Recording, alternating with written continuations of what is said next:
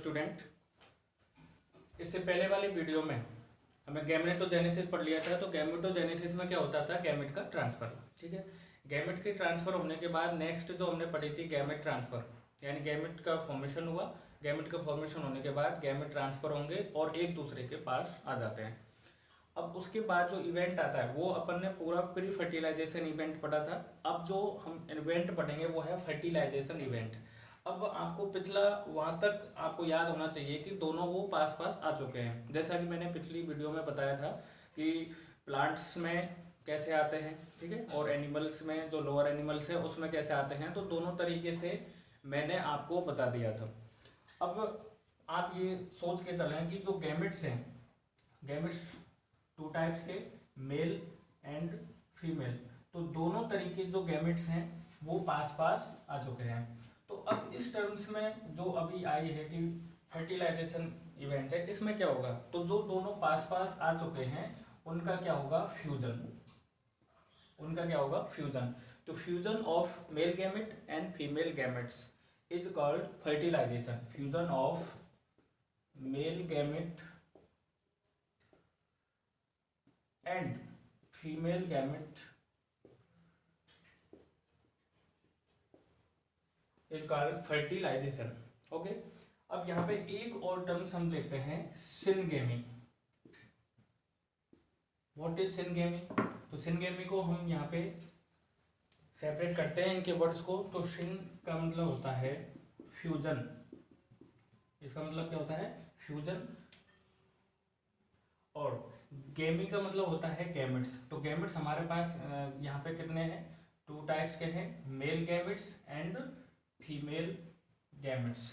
तो इनका फ्यूजन होना उसको हम कहते हैं सिनगेमी। ओके, तो अभी मैंने बोला कि इनका फ्यूजन होने को हम फर्टिलाइजेशन भी बोलते हैं और इनका जो फ्यूजन होगा उसको सिनगेमी। तो ये दोनों एक ही बात है, सिनगेमी भी वही है और फर्टिलाइजेशन भी वही है। तो इसमें क्लियर हो गया, सिनगेमी और फर्टिलाइजेशन एक ही है और उसका होगा fusion of male gamete and female gamete is called fertilization और सिनगेमी। क्लियर है? अब देखिए, फ्यूजन होने के बाद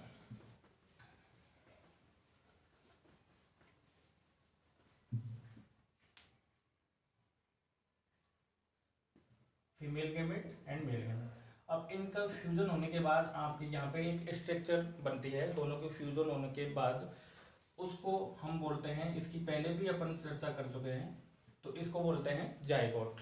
इसको क्या बोलते हैं, जाइगोट, जो फ्यूजन के बाद बना है mail gamete and female gamete के बाद। और इसको हम बोलते हैं किसी भी ऑर्गेनिज्म की इनिशियल स्टेट।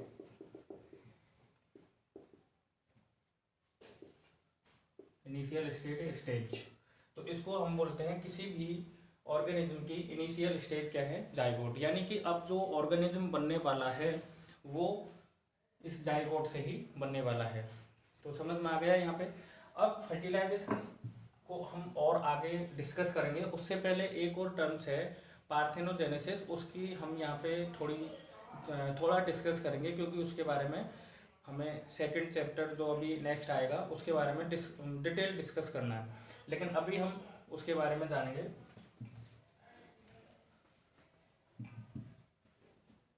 पार्थेनोजेनेसिस,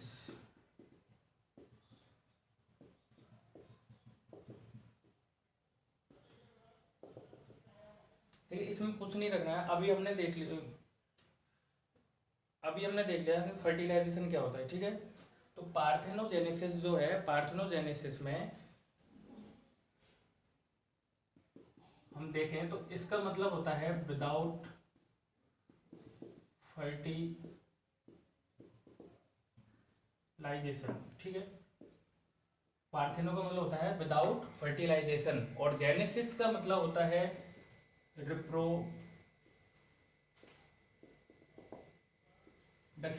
ठीक है, रिप्रोडक्शन। तो पार्थेनोजेनेसिस अब पूरी क्लियर आपके सामने पिक्चर क्लियर हो चुकी है। पार्थेनोजेनेसिस क्या होगा, जो रिप्रोडक्शन विदाउट फर्टिलाइजेशन के होता है। तो अब आप बताइए कि विदाउट फर्टिलाइजेशन के जो होता है उसको हम क्या एसेक्सुअल रिप्रोडक्शन नहीं बोलते? बिल्कुल बोलते हैं। तो इसको पार्थेनोजेनेसिस को हम एक टाइप्स मान सकते हैं एक टाइप्स मानते हैं एसेक्सुअल रिप्रोडक्शन का, क्योंकि इसमें फर्टिलाइजेशन नहीं होता है। समझ आ रहा है? अब इसमें क्या होता है कि विदाउट फर्टिलाइजेशन क्या है, तो इसमें जो एग सेल है, egg cell means female gamete, egg cell मतलब क्या मतलब होता है, फील गैमेट, एग सेल मतलब फीमेल गैमेट, और एग सेल विदाउट फर्टिलाइज होकर के ऑफ स्प्रिंग का फॉर्मेशन कर देती है, ऑफ स्प्रिंग या प्रोजेनी का फॉर्मेशन कर देती है। ठीक है, तो अब ये विदाउट फर्टिलाइजेशन हुआ है, तो ये पार्थेनोजेनेसिस की प्रोसेस है कि जिसमें फीमेल गैमेट है वो विदाउट फर्टिलाइजेशन के और एक new progeny, new of spring का फॉर्मेशन कर देती है। ठीक है, ऐसे कौन कौन से ऑर्गेनिज्म हैं जो पार्थेनोजेनेसिस को रिप्रेजेंट करते हैं, तो उसके हम एग्जाम्पल लिखेंगे। फर्स्ट है रोटीफर्स, फर्स्ट कौन सा है, रोटीफर्स। सेकंड कुछ लिजार्ड हैं, वो ये शो करते हैं। एक है टर्की वर्ड्स, एक कौन सा है, टर्की वर्ड्स। और फिर एक हम ले लेते हैं हनी बी एटसेट्रा, और भी एग्जाम्पल हैं, तो हम मोस्टली इनको यहाँ पे पढ़ते हैं। Rotifers, lizard, Turkey words and honey bee, ये एग्जाम्पल है पार्थेनोजेनेसिस के। ठीक है, अब अपने उसी चैप्टर पे आते हैं, फर्टिलाइजेशन। अब अपने उसी टॉपिक पे आते हैं, फर्टिलाइजेशन। ठीक है, पार्थेनोजेनेसिस की प्रोसेस में इतना है, डिटेल हम नेक्स्ट चैप्टर में और डिस्कस करेंगे। तो अब देखते हैं कि फर्टिलाइजेशन है वो fusion of male gamete and female gamete. ठीक है, नेक्स्ट हमारा आता है साइट ऑफ फर्टिलाइजेशन और सिनगेमी, साइट ऑफ फर्टिलाइजेशन और सिनगेमी। ठीक है, ये दोनों तो एक ही बात है, तो इनकी साइट्स कहाँ पे होगी। अब डिफरेंट टाइप के ऑर्गेनिज्म है। ठीक है, डिफरेंट टाइप के ऑर्गेनिज्म है, तो जितने डिफरेंट टाइप के ऑर्गेनिज्म है उनमें जो साइट है वो भी कैसे होगी, डिफरेंट होगी। तो इस अकॉर्डिंग हम एक मोस्टली इसको 2 पार्ट्स में बांट सकते हैं फर्टिलाइजेशन को। तो there are 2 parts of fertilization. First one is external, second one is internal. First one is external fertilization and second one is internal fertilization. Okay, तो अब साइट्स का हम कैसे, कि यहाँ पे ये जो होता है, इट अकर्स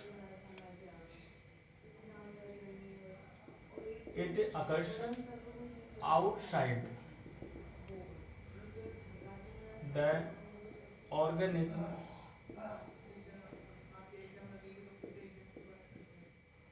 बॉडी, और इंटरनल में it's occurred inside the organism body. अब यहाँ ऑर्गेनिज्म की जगह, क्योंकि मोस्टली क्या होता है,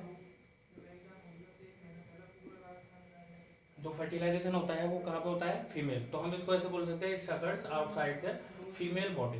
ओके, तो जो फीमेल बॉडी के आउटसाइड में हो रहा है उसको हम बोलेंगे एक्सटर्नल फर्टिलाइजेशन, और जो फीमेल बॉडी के अंदर हो रहा है उसको हम बोलेंगे इंटरनल फर्टिलाइजेशन।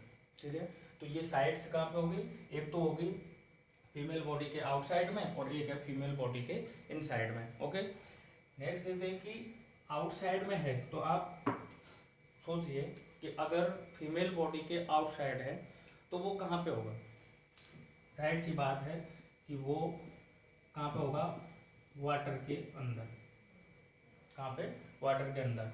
अब वाटर के अंदर हो रहा है तो ये मिलेगा भी किन में, उनमें मिलेगा जो उस वाटर के अंदर उनका हैबिटेट है। ठीक है, तो जो एक्वेटिक ऑर्गेनिज्म है, एक्वेटिक ऑर्गेनिज्म है, उनमें ये एक्सटर्नल फर्टिलाइजेशन होगा।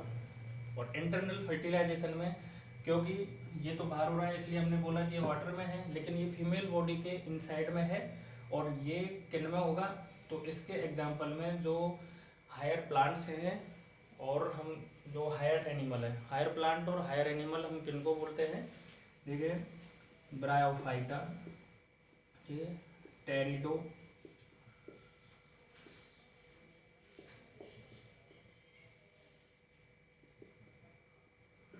फाइटा, जिम्नो स्पर्म, ठीक है। और इसमें सारे जैसे रेप्टाइल्स, ये अब एनिमल्स के आ गए, रेप्टाइल्स में के बाद है मैमल्स, और मैमल्स के आप इस इंक्लूडिंग ह्यूमन,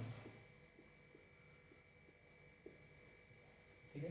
इन सभी में इंटरनल फर्टिलाइजेशन होता है।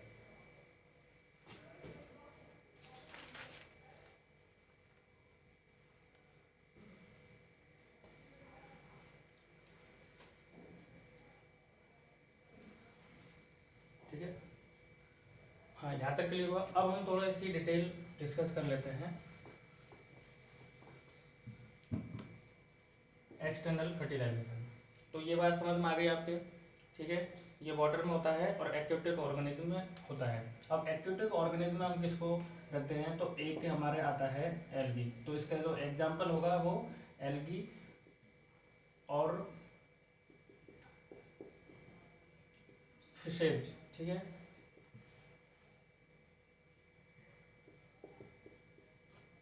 फ्रॉग, ये भी एक्सटर्नल फर्टिलाइजेशन शो करता है।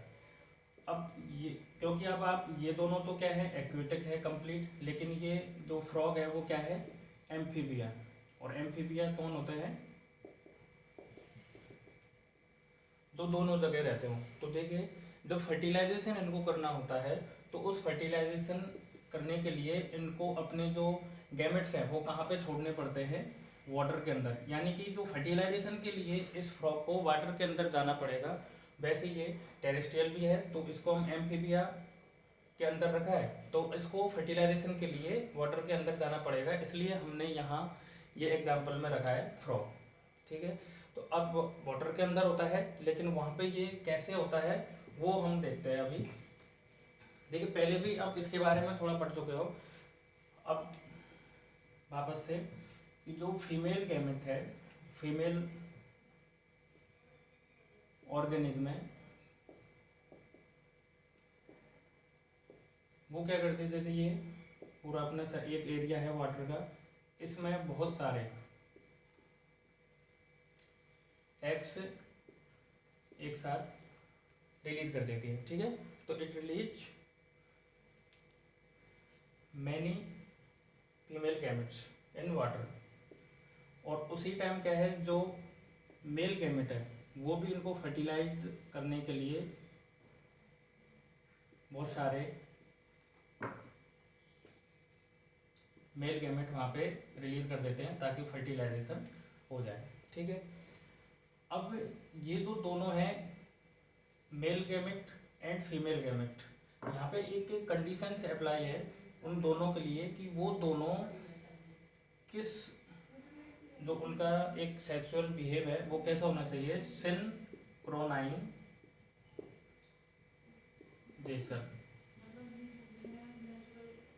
ये एक कंडीशंस यहाँ होनी चाहिए, सिंक्रोनाइजेशन। सिंक्रोनाइजेशन का मतलब है कि जो mail gamete and female gamete जो मैच्योर होंगे वो कैसे होंगे, सेम टाइम में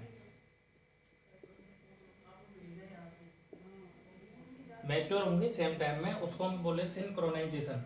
तो ये अगर होगा तो ये दोनों सेम टाइम में मैच्योर होंगे और फिर फर्टिलाइजेशन होगा।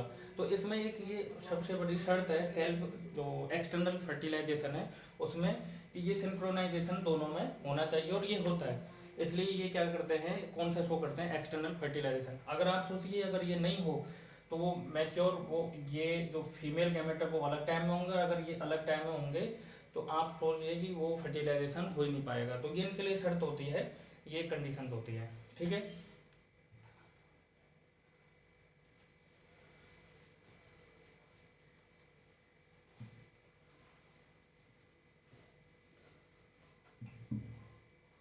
तो ये एक्सटर्नल फर्टिलाइजेशन था। एक्सटर्नल फर्टिलाइजेशन में क्या है, it's occur outside the female body, ठीक है। नेक्स्ट सिंक्रोनाइजेशन वाली कंडीशंस होनी चाहिए ताकि वो सेम टाइम में मैच्योर हों और फर्टिलाइजेशन हो जाए। तो ये फर्टिलाइज और एग्जांपल हमने देख लिए थे, फ्रॉग है, फ्रॉग के बाद जो फिशेज हैं और एल्गी, उसको हम इसके अंदर रखते हैं। एक्सटर्नल फर्टिलाइजेशन आप समझ गए हो।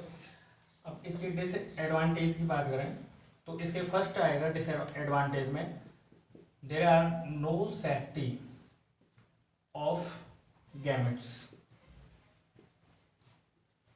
सेकंड है देयर आर नो सर्टेनिटी और श्योरिटी ऑफ गैमेट्स। ठीक है, यानी वहाँ पे इस एक्सटर्नल फर्टिलाइजेशन में उनकी कोई सेफ्टी नहीं होती, इसलिए उनकी सर्वाइव करने की जो कैपेसिटी है वो बिल्कुल कम होती है। ठीक है, नो सर्टेनिटी है, नो सॉल्टी, कोई सॉल्टी भी नहीं होती गैमेट्स की। ठीक है, तो अब हम इसका थोड़ा डिटेल डिस्कस करते हैं। No safety of gametes. ठीक है, एक मैं लिखूं, it should be their favorable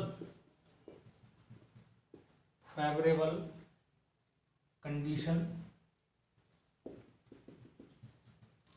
or environment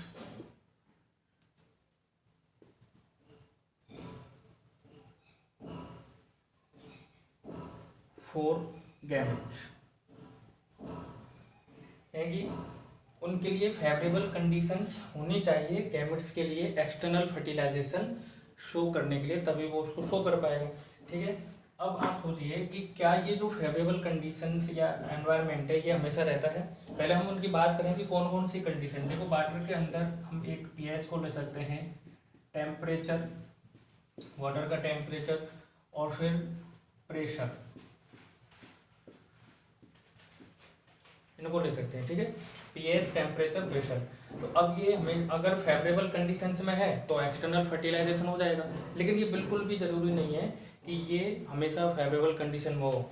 क्या pH कम और ज़्यादा नहीं हो सकता? बिल्कुल हो सकता है, इट कैन बी हाई और लो, और प्रेशर भी हो सकता है।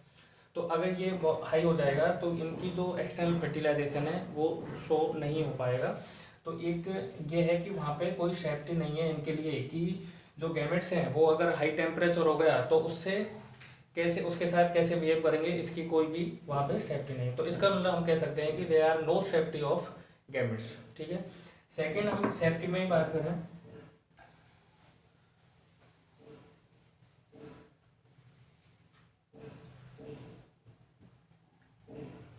तो वो है प्रीडेटर्स।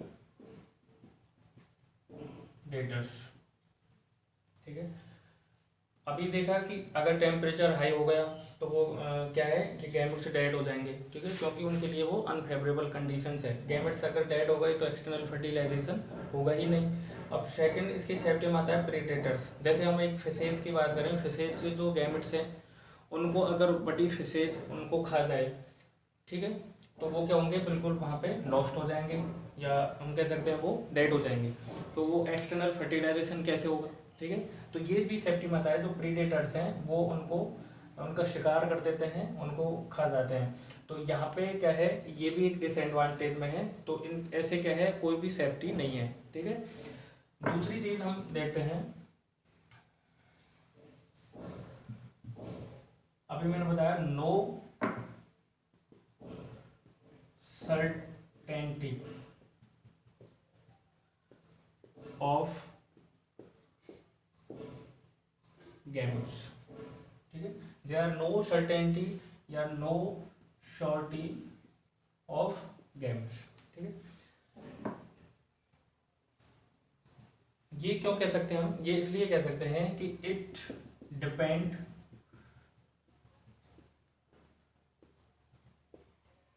On by chance.